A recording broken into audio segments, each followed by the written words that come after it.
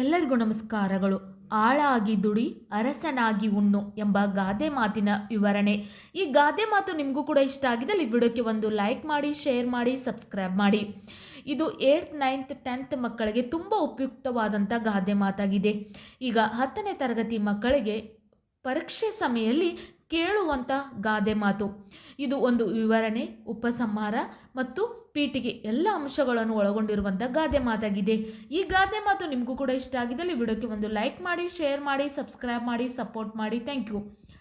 ಆಳು ಆಳು ಎಂದರೆ ಕೆಲಸ ಮಾಡುವವನು, ದುಡಿಯುವವನು ಎಂದು ಅರ್ಥವಿದೆ. ಆಳು ಎಂದರೆ ಕೆಲಸ ಮಾಡುವವನು, ದುಡಿಯುವವನು ಎಂದು ಅರ್ಥವಿದೆ. ಅಂಥವನ್ನು ಅರಸನಾಗಬಲ್ಲ ಅಂದರೆ ಯಜಮಾನನಾಗಬಹುದು ಎಂಬ ಅರ್ಥವನ್ನು ಈ ಗಾದೆ ಸೂಚಿಸುತ್ತದೆ. ಆಳು ಎಂದರೆ ಕೆಲಸ ಮಾಡುವವನು, ದುಡಿಯುವವನು ಎಂದು ಅರ್ಥವಿದೆ. ಅಂತಹವನು ಅರಸನಾಗಬಲ್ಲ ಅಂದರೆ ಯಜಮಾನನಾಗಬಹುದು ಎಂಬ ಅರ್ಥವನ್ನು ಈ ಗಾದೆ ಸೂಚಿಸುತ್ತದೆ.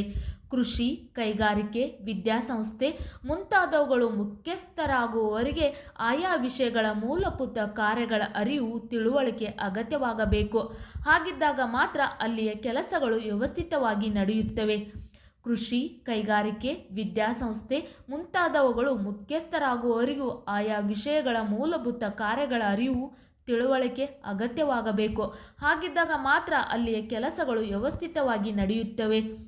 ಕಾಲಕಾಲಕ್ಕೆ ನಡೆಯಬೇಕಾದ ಕಾರ್ಯಗಳು ಕೆಲಸಗಾರರಿಂದ ಸಮರ್ಥವಾಗಿ ನಿರ್ವಹಿಸಲು ತಾನು ನಿಂತ ಸಲಹೆ, ಮಾರ್ಗದರ್ಶನ ನೀಡಬಹುದು. ಏಕೆಂದರೆ ಯಜಮಾನನಿಗೆ ಕೆಲಸ ಗೊತ್ತಿದೆ ಎಂದಾಗ ಮಾತ್ರ ಅವರಿಗೆ ಮನ್ನಣೆ ದೊರೆಯುತ್ತದೆ. ಹಾಗಿದ್ದಾಗ ಮಾತ್ರ ಕೆಲಸ ಚೆನ್ನಾಗಿ ನಡೆಯುತ್ತದೆ, ಇಲ್ಲದೆ ಕೆಡುತ್ತದೆ. ಕೃಷಿ, ಕೈಗಾರಿಕೆ, ವಿದ್ಯಾಸಂಸ್ಥೆ ಮುಂತಾದವುಗಳ ಮುಖ್ಯಸ್ಥರಾಗುವವರಿಗೆ ಆಯಾ ವಿಷಯಗಳ ಮೂಲಭೂತ ಕಾರ್ಯಗಳ ಅರಿವು, ತಿಳುವಳಿಕೆ ಅಗತ್ಯವಾಗಬೇಕು. ಹಾಗಿದ್ದಾಗ ಮಾತ್ರ ಅಲ್ಲಿಯ ಕೆಲಸಗಳು ವ್ಯವಸ್ಥಿತವಾಗಿ ನಡೆಯುತ್ತವೆ.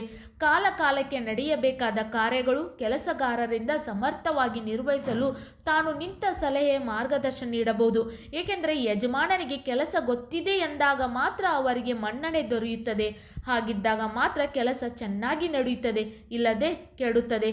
ಆದ್ದರಿಂದ ಪ್ರತಿಯೊಬ್ಬರು ಮೊದಲು ಆಳಾಗಿ ದುಡಿದು ಅನುಭವ ಪಡೆದು ಅರಸನಂತೆ ಯಶಸ್ವಿಯಾಗಿ ಕಾರ್ಯನಿರ್ವಹಿಸಬಲ್ಲ ಎಂಬುದನ್ನು ಈ ಗಾದೆಯು ಮೂಲಕ ತಿಳಿಸಲಾಗಿದೆ. ಆದ್ದರಿಂದ ಪ್ರತಿಯೊಬ್ಬರು ಮೊದಲು ಆಳಾಗಿ ದುಡಿದು ಅನುಭವ ಪಡೆದು ಅರಸನಂತೆ ಯಶಸ್ವಿಯಾಗಿ ಕಾರ್ಯನಿರ್ವಹಿಸಬಲ್ಲ ಎಂಬುದನ್ನು ಈ ಗಾದೆಯ ಮೂಲಕ ತಿಳಿಸಲಾಗಿದೆ. ಆದ್ದರಿಂದ ಈ ಗಾದೆ ತುಂಬ ಮಹತ್ವದಾಗಿದೆ. ಮೊದಲನೇದಾಗಿ ನೀನು ಆಳಾಗಿ ದುಡಿ, ಆನಂತರ ಅರಸನಾಗಿ ಉಣ್ಣು ಎಂಬ ಗಾದೆ ಮಾತು ತುಂಬ ಉಪಯುಕ್ತವಾಗಿದೆ. ಪ್ರತಿಯೊಬ್ಬರ ಜೀವನದಲ್ಲಿ ಇದನ್ನು ಅಳವಡಿಸಿಕೊಂಡರೆ ಮುಂದೆ ಅರಸನಾಗಬಹುದು ಅಂತ ಹೇಳುತ್ತಾ ಈ ಗಾದೆ ಮಾತಿನ ವಿವರಣೆ ಮುಗಿಸುತ್ತೆ. ನಿಮಗೂ ಕೂಡ ಇಷ್ಟ ಆಗಿದ್ದಲ್ಲಿ ವಿಡಿಯೋಕ್ಕೆ ಒಂದು ಲೈಕ್ ಮಾಡಿ, ಶೇರ್ ಮಾಡಿ, ಸಬ್ಸ್ಕ್ರೈಬ್ ಮಾಡಿ, ಸಪೋರ್ಟ್ ಮಾಡಿ. ಯಾವುದೇ ವಿಡಿಯೋ ಬೇಕಂದ್ರೂ ಕಮೆಂಟ್ ಮೂಲಕ ತಿಳಿಸಿ. Thank you.